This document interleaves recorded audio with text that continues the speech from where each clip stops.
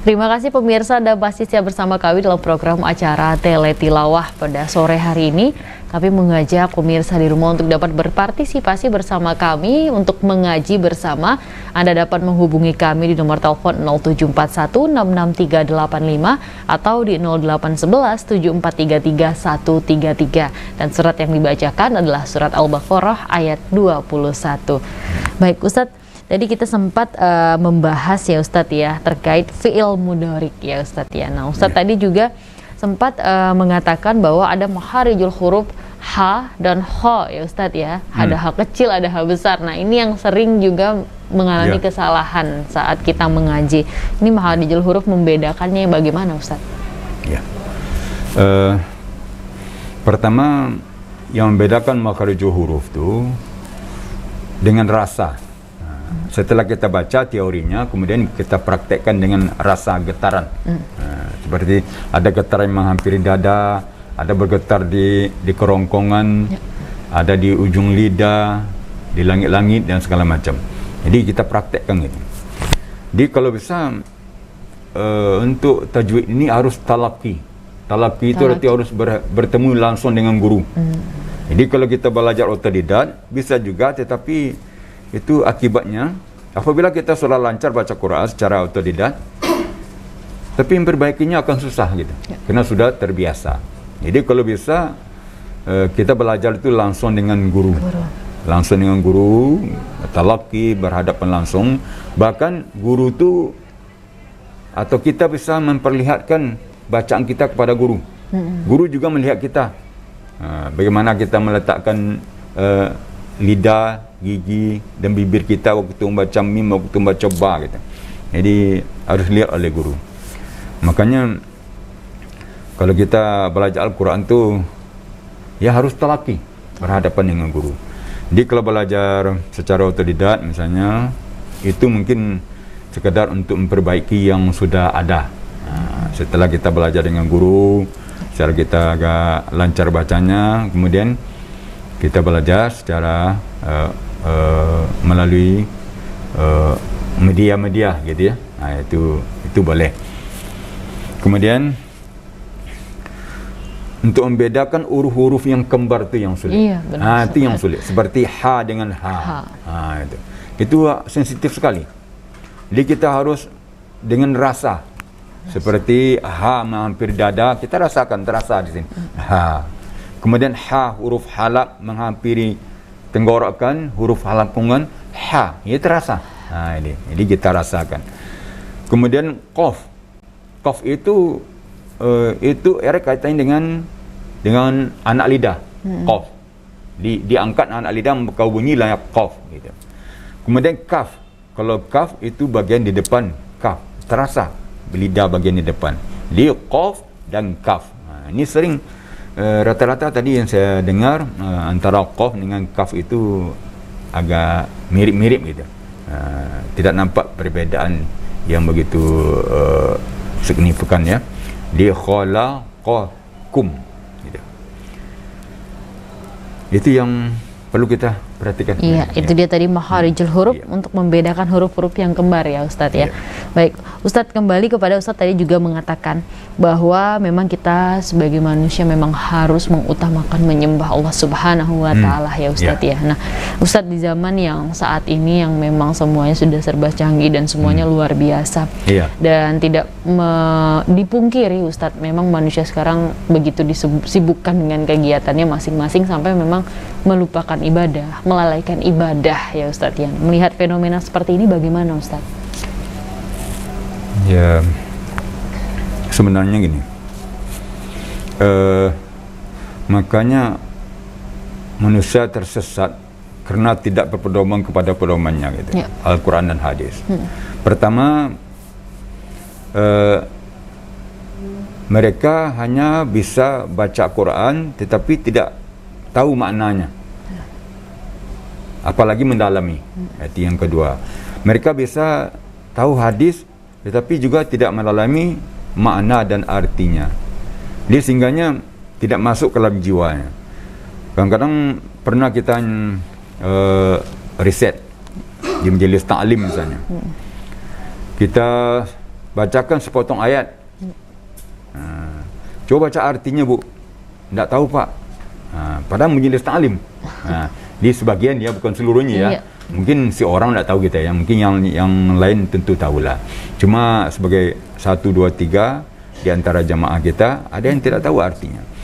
Makanya kesalahannya di mana? Kesalahan kita belum mendalami Al-Quran dan hadis. Kalau kita sudah mendalami ilmu Al-Quran dan hadis, tentu dia akan menjadi petunjuk untuk kita. Kita akan mengutamakan Allah daripada yang lain, mengutamakan ibadah daripada yang lain-lain gitu. Sebab yang membuat kita lemah beribadah itu adalah syaitan.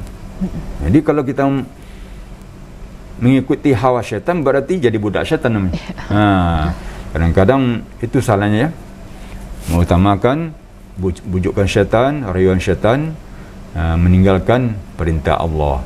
Ini hendaknya kembali kita kepada Al-Quran dan hadis, pelajari bacaannya, pelajari artinya, pahami secara keseluruhan. InsyaAllah dia akan bersinar di hati kita, akan menjadi penuntun kita.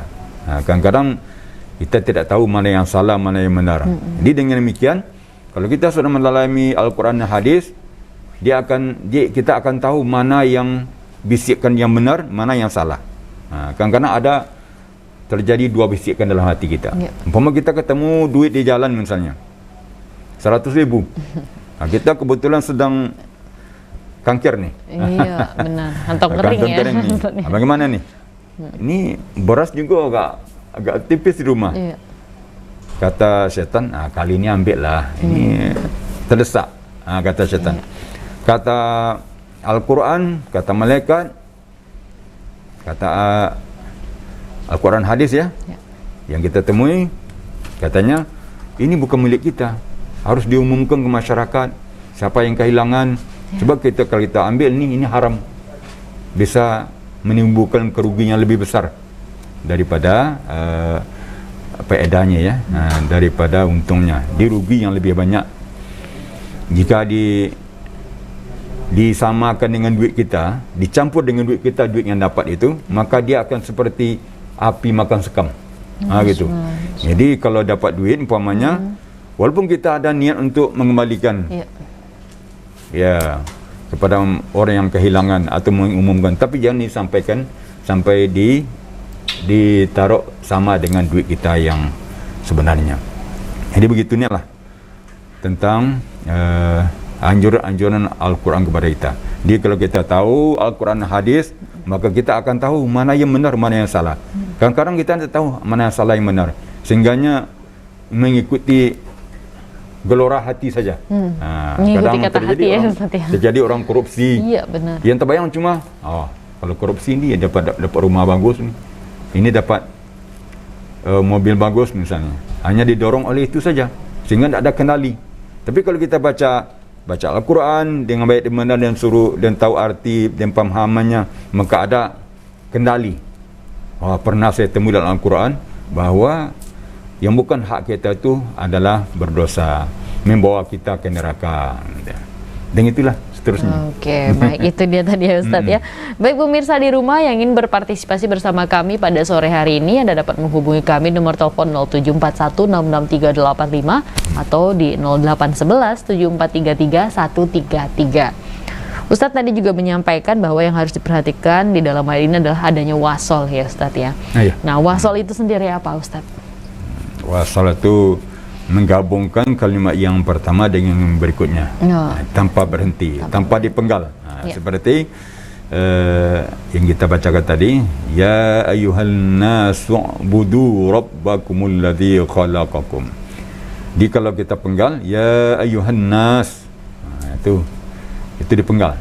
Tapi kalau kita wasalkan, maka hamzah wasal itu hilang dalam bacaan. Ya ayyuhan nasu'budu. Tapi kalau kita mulai dari wa'budu bacanya. Wa'budu rabbakumul ladzi. Jadi dalam Al-Quran ada istilah ibtida, wakaf, wasal. Atau wasal, wakaf, ibtida. Itu dalam baca Al-Quran itu akan ditemui. Jadi kita harus tahu di mana kita harus ibtida kembali, di mana kita harus wakaf, di mana kita yang harus wasal gitu ya. Tanpa memenggal atau tanpa wakaf. Itu untuk mengetahui itu kita harus tahu arti. Ya, insya-Allah. Sebab Al-Quran ini kan bahasa Arab. Bahasa Arab malah bahasa Arab yang sangat tinggi sastranya dari Allah SWT. Masya Allah. Al-Quran yang mempunyai bahasa dan sastra yang sangat tinggi. Ya. Jadi oleh sebab itu kalau kita rubah cara membacanya, tidak wakaf pada semestinya, tidak pada yang bagus, maka bisa merubah arti dan makna. Itu dia Ustaz ya tadi ya.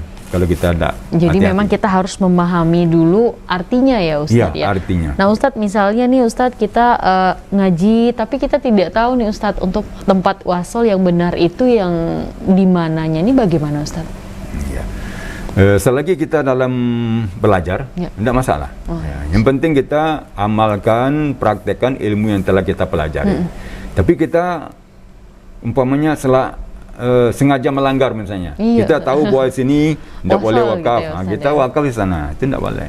Kita tahu ini salah, lalu kita bikin yang salah itu yang membuat kita berdosa. Tapi selagi kita mempunyai ilmu tentang itu atau mengamalkan ilmu yang telah kita miliki, insya-Allah tidak apa-apa. Walaupun kita tersalah, tapi kalau di luar kemampuan kita, di luar ilmu kita, mudah-mudahan Allah maafkan. Itu. Jadi namun demikian kita harus teruslah belajar Al-Quran karena tidak akan habis-habisnya ilmu Al-Quran ini, ilmu agama ini. Semakin gali malah semakin dalam ya. Makin gali semakin banyak. Malah orang mengatakan ilmu agama ini semakin digali semakin terasa kekurangan kita. Kalau orang merasa dia sudah mempunyai ilmu yang cukup, berarti orang itu belum dalam ilmunya. Jadi kita masih merasa kurang, ingin menambah ilmu pengetahuan, itu baru orang yang alim. Yang alim itu ya tadi ya Ustaz ya. Mudah-mudahan kita tergolong ke dalam orang-orang yang alim ya Ustaz ya. Amin ya rabbal alamin ya Ustaznya. Ustaz, terkait dengan tajwid ya Ustaz ya. Kita yang membaca Al-Quran memang sudah seharusnya untuk memperbaiki bacaan Al-Quran kita ya Ustadz ya. Apa yang Allah janjikan Ustadz ketika kita membaca Al-Quran itu memang sesuai dengan tajwid yang sudah diperintahkan Ustadz. Ya kalau kita baca Al-Quran, kalau terbata-bata tidak lancar, itu akan mendapat pahala. Dapat 2 pahala. Pahala membaca dan pahala terbata-batanya. Tapi kalau orang yang mahir baca Al-Quran, al-mahiru fi qiraatil Quran ma'as safaril bararah fil jannah. Artinya orang-orang yang mahir baca Quran, lancar bacanya, bagus tajwidnya, mengerti wakaf dan ibtidah dan wasal, bahkan tahu artinya, maka dia bersama malaikat yang mulia nanti di surga. Betapa indahnya sama malaikat. Malaikat itu kan tidak berdosa, berarti orang baca Al-Quran seperti itu berarti dia ampuni dosanya. Betapa hebatnya itu. Jadi kalau kita ni jadi orang yang pembaca Al-Quran yang selalu lah gitu. Jadilah ahlul Quran. Yang ahlul Quran itu kata Allah SWT dalam hadis kudusi, ahlul Quran ahlullah fil jannah. Orang yang ahli Al-Quran itu adalah ahli Allah. Yang ahli Allah itu tempatnya di surga. Jadi baca Al-Quran dengan baik dan benar. Kemudian setelah baik dan benar bacaannya, kita rutin baca Quran. Tiada hari tanpa baca Quran. Surah solat subuh baca Quran, walaupun selembar. Surah Isya baca Quran. Kerana kita sedang berwuduk kan? Atau sebelum solat, kita sudah solat. Itu yang lebih afdal. Kemudian setiap surah solat lah baca sedikit. Di masjid-masjid kan ada Al-Quran ditaruh di pinggir-pinggir supaya mudah dan gampang untuk menjamahnya Al-Quran. Baca sedikit. Jadi supaya kita menjadi ahlul Quran yang disebut oleh Allah SWT, ahlul Quran ahlullah fil jannah. Itu ya Ustadz ya, dia tadi ya, mudah-mudahan ya Ustadz ya kita tergolong ke dalam orang-orang yang ahlul Quran. Amin ya. Pemirsa di rumah yang ingin bergabung bersama kami, Anda dapat menghubungi kami di nomor telepon 0741666385 atau di 08117433 133. Adapun surat yang dibacakan adalah surat Al-Baqarah ayat 21 bersama dengan Ustadz Muhammad Ali. Ya, Ustadz, kita sebagai manusia memang diperintahkan untuk terus beribadah kepada Allah Subhanahu wa Ta'ala. Salah satunya adalah membaca Al-Quran, memuliakan Al-Quran. Ustadz, tidak bisa dipungkiri juga Ustadz, banyak yang terjadi bahkan sudah sampai tua tidak bisa membaca Al-Quran ya Ustadz ya, sama dengan buta, sama sekali dengan Al-Quran. Nah, ini bagaimana Ustadz ya melihat hal-hal seperti ini Ustadz? Ya, ini sangat sedih sekali kalau kita seperti itu. Makanya jangan terjadi seperti itu. Jadi kalau ada umpamanya sudah terjadi, cepat ditanggulangi. Selagi nyawa belum sampai di kerongkongan atau di tenggorokan, artinya sebelum ajal menjemput kita masih ada kesempatan untuk belajar Al-Quran. Ya, umpama ada nenek kita, mbak kita yang belum bisa baca Al-Quran, ya ajak, dikasih motivasi. Allah kan sudah Allah dan Rasulullah sudah memberi rekomendasi. Utulubul ilma minal mahdi ilal lahdi. Tuntulah ilmu sejak dari ayunan sampai meninggal dunia. Artinya walaupun sudah tua masih tetap diberi petunjuk oleh Allah SWT.